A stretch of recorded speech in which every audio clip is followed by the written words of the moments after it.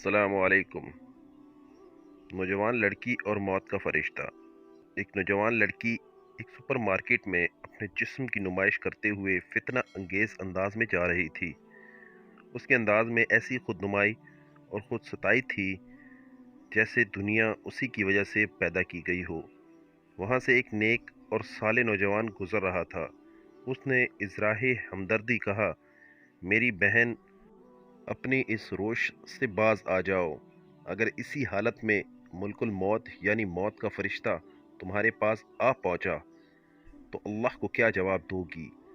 उसके जवाब में वो मगरूर लड़की कहने लगी, अगर तुम में जुर्रत है तो अभी अपना मोबाइल निकालो और अपने रब को कॉल मिलाओ कि वो मुल्कुल मौत को भेजे। वो नौजवान कहता है कि उसने ऐसी हौलनाक बात की थी कि मुझे डर हुआ कि इस बाजार को ही ना हम पर उल्टा दिया जाए। मैं डरता हुआ जल्दी से वहां से निकला। जब मैं बाजार के किनारे पर पहुंचा तो उसने अपने पीछे चीखो पुकार और आहो पुकार की बकास की आवाज़ें सुनी।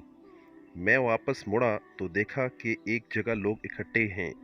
ये वही जगह थी जहां मेरी उस लड़की से बात हुई थी।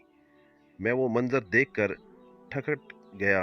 वो लड़की ठीक उसी जगह पर मुर्दा हालत में पड़ी थी जहां उसने मुल्कुल मौत को बुलाने का चैलेंज किया था।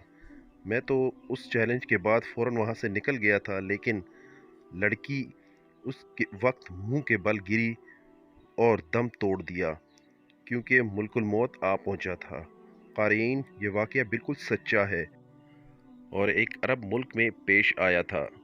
इस वाक़ये को करीबन 12-15 साल गुजर गए होंगे जब ये रूनुमा हुआ, तो इसकी बाज़गश्त मकामी अखबारात और मजालिस में सुनाई दी थी।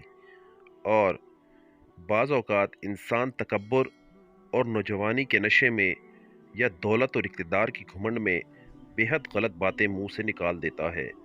उसे मालूम नहीं होता कि ऐन मुमकिन है कि वो कबूलियत का दुआ का वक्त हो और इसके अल्फाज पर रब की तरफ से पकड़ भी मुमकिन है। इसलिए हमेशा मुंह से अच्छी बात निकालनी चाहिए।